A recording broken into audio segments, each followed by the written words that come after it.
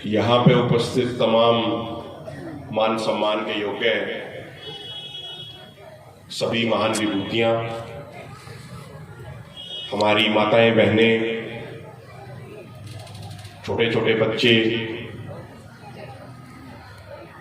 और समाज को एक नई दिशा दिखाने वाले हमारे संत महात्मा,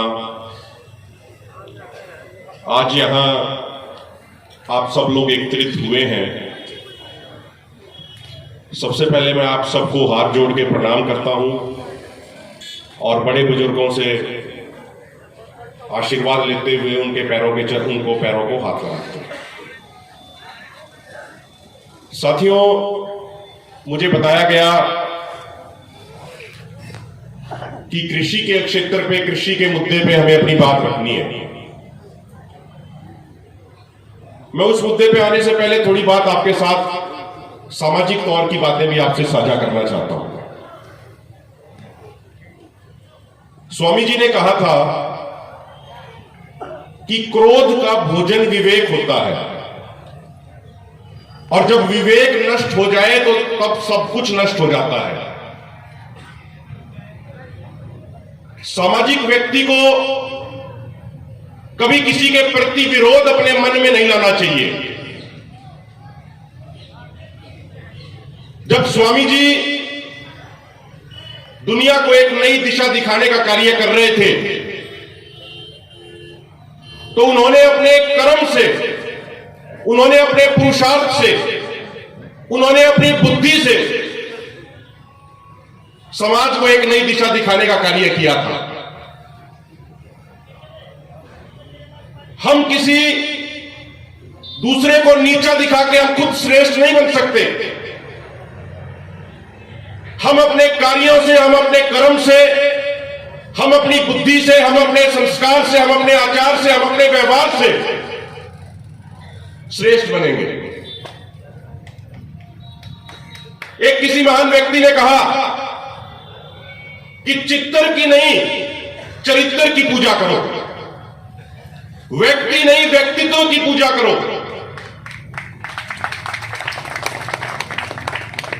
प्रकृति का एक नियम है, प्रकृति का यह नियम है कि इस दुनिया में कुछ भी अंतिम सत्य नहीं है। वैज्ञानिक कहते हैं कि सूरज इसी दिशा से निकलता है, लेकिन अब यह साबित हो चुका है कि सैकड़ों हजारों वर्षों के बाद सूरज भी अपनी कुछ डिग्री, अपना एंगल बदल लेता है। दुनिया में कुछ भी अंतिम सत्य नहीं है, सिर्फ परिवर्तन ही दुनिया का अंतिम सत्य है। और मैं तमाम साथियों से, तमाम बौद्धिक व्यक्तियों से एक हाथ जोड़ के यह विनम्र विनती करना चाहता हूं कि यदि हमें किसी महान व्यक्तित्व जैसे महर्षि दयानंद सरस्वती हुए, यदि किसी महान व्यक्तित्व के कार्यों को आगे बढ़ाना है तो उस महान व्यक्तित्व की तरह हमें जीना पड़ेगा, उस महान व्यक्तित्व के विचारों को अपने जीवन में उतारना पड़ेगा। हमारे समाज के साथ एक सबसे बड़ी समस्या यह रही कि आज भी हम ये कहते हैं कि 500 साल पहले उन्होंने ये कहा था, 1000 साल पहले उन्होंने ये कहा था, 100 वर्ष पहले उन्होंने ये कहा था। जो 500 साल पहले, 100 वर्ष पहले, 200 वर्ष पहले उन महान हस्तियों ने, उन महान व्यक्तित्वों ने जो कहा था, वो उस समय की परिस्थिति के अनुसार कहा था। आज की परिस्थितियों में हम किस तरीके से उस विचार को आगे बढ़ा सकते हैं, यह समझना बड़ा जरूरी है। साथियों, ये एक महान कार्य आप कर रहे हैं। 1 तारीख से आपने इस कार्य को शुरू किया और 12 तारीख को आपका समापन है। मैं इस कार्य के पूरी आयोजन कमेटी को, सबको बार बार धन्यवाद देना चाहता हूं। हमारे बड़े भाई आदरणीय बिट्टू जी, आदरणीय आर्य सुरेश मलिक जी, जिन्होंने किसान आंदोलन में भी बहुत बड़ी भूमिका निभाई थी, पूरे पानीपत जिले को जागरूक करने के कार्य में उन्होंने अहम जिम्मेदारी निभाई थी। मैं छोटी छोटी 2-3 बातें कह के अपनी वाणी को विराम दूंगा। पहली बात,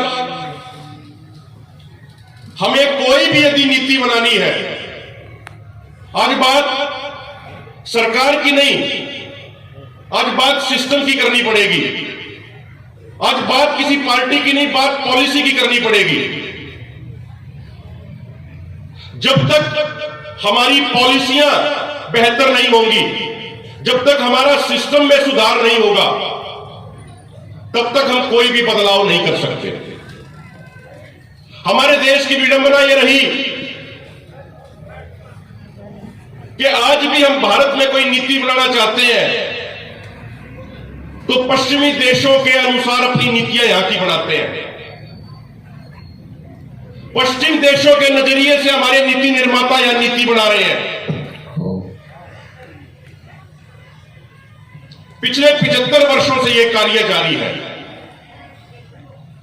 नीति भारत की जब तक परिस्थितियों के अनुसार नहीं बनेगी, तब तक हम भारतीयों को उनका सम्मान, उनका मान सम्मान नहीं दिलवा सकते। भारत की नजर से भारत के लिए नीतियां बनानी पड़ेगी।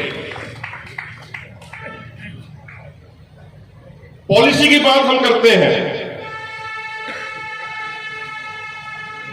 एक तरफ वो किसान है जिसकी 50 लाख रुपए की कीमत वाली उसकी जमीन के कागज जमा कराए जाते हैं और उसके बाद उसका 1 लाख का केसीसी का कार्ड बनाया जाता है। और दूसरी तरफ वो बड़े बड़े कॉरपोरेट घराने हैं जिनको इनसिक्योर लोन के तौर पे अरबों करोड़ों खरबों रुपए का लोन मिल जाता है। और ये बात किसी एक सरकार की नहीं है, ये बात हमारे सिस्टम की है, बात हमारी नीतियों की है। जब कोरोना काल में हमारे देश की अर्थव्यवस्था 28% कम हो गई थी, तो उस समय एकमात्र कृषि क्षेत्र ऐसा क्षेत्र था जिसने 3.6% की दर से हमारे देश की अर्थव्यवस्था को आगे बढ़ाया था। आज हम कहते हैं कि कोरोना के दौर में हम 80 करोड़ लोगों को, 80 करोड़ गरीब भाइयों को खाना देने में सफल हो पाए, तो उसका कारण देश का अन्नदाता, देश का किसान है। उस किसान ने, एक वो दौर भी था लाल बहादुर शास्त्री जी का, जब अमेरिका जैसे देशों ने कहा कि हम अपना अनाज समुद्र में फेंकना तो पसंद करेंगे लेकिन भारत के लोगों के लिए नहीं भेजेंगे। उस समय लाल बहादुर शास्त्री जी ने जब जय जवान जय किसान का नारा दिया, तो उसी का नतीजा है कि हमारे देश में 4-4 सालों के लिए अनाज के भंडार भरे हुए हैं। और अब जब रूस और यूक्रेन का युद्ध चल रहा है तो पूरे यूरोप की निगाह भारत की तरफ है कि भारत अपना गेहूं भेज दे, अन्यथा यूरोप में लोग भूखे मर जाएंगे। ये भारत के समाज का, ये भारत के किसानों का पुरुषार्थ है। आज हमें उस किसान के दृष्टिकोण से, उस किसान के नजरिए से हमें नीतियां बनानी पड़ेगी। हमारे देश के नीति निर्माताओं को यह कहना पड़ेगा कि हम विश्व स्तर के WTO और IMF जैसे संस्थानों की गलत नीतियों का पालन हम नहीं करेंगे। ये बातें हमारे देश के नीति निर्माताओं को कहनी होगी। हमारे देश के लोगों को, हमारे देश के नीति निर्माताओं को यह कहना होगा कि उन विकसित देशों के बड़े बड़े संस्थान, WTO, IMF जैसे संस्थान, वो अमेरिका, इंग्लैंड, चाइना, उन देशों के लिए जो नीतियां बनाते हैं, उन नीतियों के अनुसार वहां के किसानों को वहां की सरकारें 42 लाख रुपए सालाना की सब्सिडी देती हैं। लेकिन यदि भारत की सरकारें ये कहें कि हमारे देश के किसानों ने अपनी मेहनत से, अपने पुरुषार्थ से जो अन्न पैदा किया है, हम उसको उसकी उचित कीमत देंगे, तो वो WTO और IMF जैसे संस्थान भारत के ऊपर मुकदमे शुरू करा देते हैं। तो हमारे देश के पॉलिसी मेकर्स को, नीति निर्माताओं को खड़े होके ये कहना पड़ेगा कि हम विकसित देशों की गुलामी को स्वीकार नहीं करेंगे।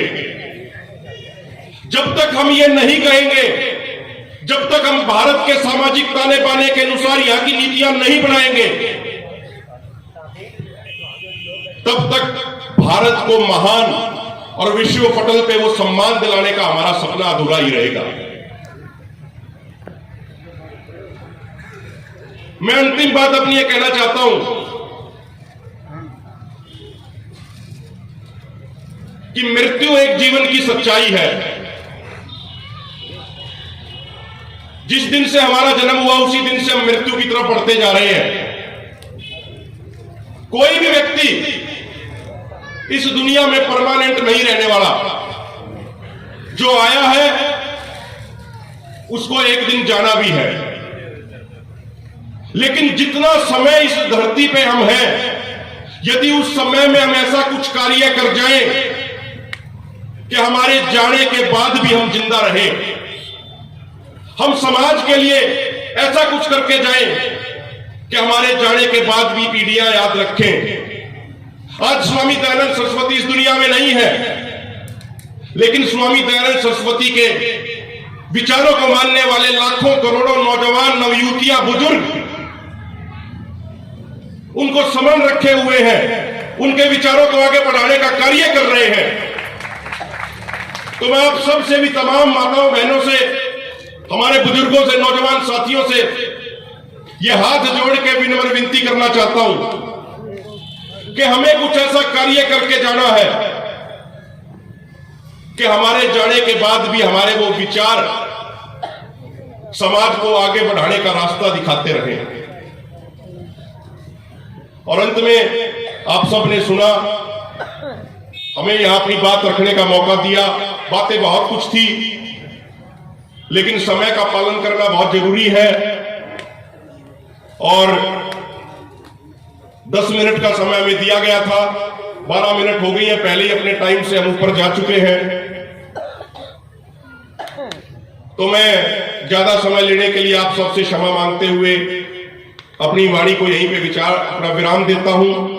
और आपने विचारों को सुना, उसके लिए आप सबका बहुत बहुत धन्यवाद। यदि किसी की शान में, यदि किसी के मान सम्मान में हमारे किसी शब्द से ठेस पहुंची हो, तो उनसे भी हम हाथ जोड़ के क्षमा मांगते हैं। बहुत बहुत धन्यवाद। धन्यवाद कुहाड़ जी। और महर्षि दयानंद सरस्वती जी ने तो गाय माता की रक्षा के लिए गाय माता का हर घर में पालन करने का जो आह्वान किया था, और जो हम छोड़ते जा रहे हैं, हम किसान, हम पशुपालक, यदि हम हर घर के अंदर गाय माता का पालन करें तो उसके दूध से जो परिवार में संपन्नता, जो स्वस्थ परिवार का निर्माण होगा, वो आप सभी के सामने है। मैं तो इस अवसर पर सभी से निवेदन करूंगा कि जो ऋषि ने हमें सिखाया था गाय का पालन करना, अपने घरों में गाय का पालन करें, और साथ ही उससे जो ऑर्गेनिक खेती कर सकते हैं उसको आगे बढ़ाएं। मैं हमारे बीच में व्यास गद्दी पर स्वामी संपूर्णानंद जी सरस्वती जी पहुंच चुके हैं। एक बार तालियों के साथ सभी उनका स्वागत, जिनकी अध्यक्षता में लगातार 1 फरवरी से कार्यक्रम चल रहा है, और जो कि 12 फरवरी तक कल पूर्ण आहुति होगी। और मैंने सभी से निवेदन किया था, आज शाम 6:15 बजे जब यज्ञ सूर्योदय के सूर्यास्त के साथ संपन्न होगा, तो उसके तुरंत बाद ब्रह्म सरोवर पर 11,000 महर्षि दयानंद सरस्वती जी के जयंती की पूर्व संध्या पर दीपक जगाए जाएंगे हम सभी द्वारा। आप सभी उसमें भाग लें। मेरा सभी आप सभी से निवेदन, उस महान चिंतक, उस महान विचारक को नमन करने हेतु आप सभी यहीं एकत्रित हो शाम को भी। और मैं निवेदन करूंगा हमारे स्वागताध्यक्ष आदरणीय आर्य सुरेश मलिक जी से, हमारे आयोजन कमेटी के सदस्य आर्य रामपाल कुंडू जी से, श्री प्रकाश मिश्र जी से, बड़े भाई आजाद आर्य जी से, योगेंद्र आचार्य योगेंद्र जी से, कि हमारे अतिथियों का सम्मान राहुल आर्य जी का, अंकुर आर्य जी का और हमारे कुहाड़ जी का, सभी का सम्मान एक समृद्धि चिन्ह के साथ करेंगे। यहीं पे आ जाए रामपाल जी, यहीं करें, यहीं ले मंच पे करें, मंच पे सुरेश करो। तालियों के साथ स्वागत करेंगे सभी।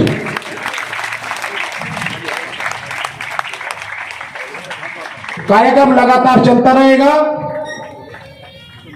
हर दिन की भांति यहाँ पर विद्वान संत आचार्य हमारा मार्गदर्शन कर रहे हैं। स्वामी संपूर्णानंद जी। आचार्य धर्मपाल जी का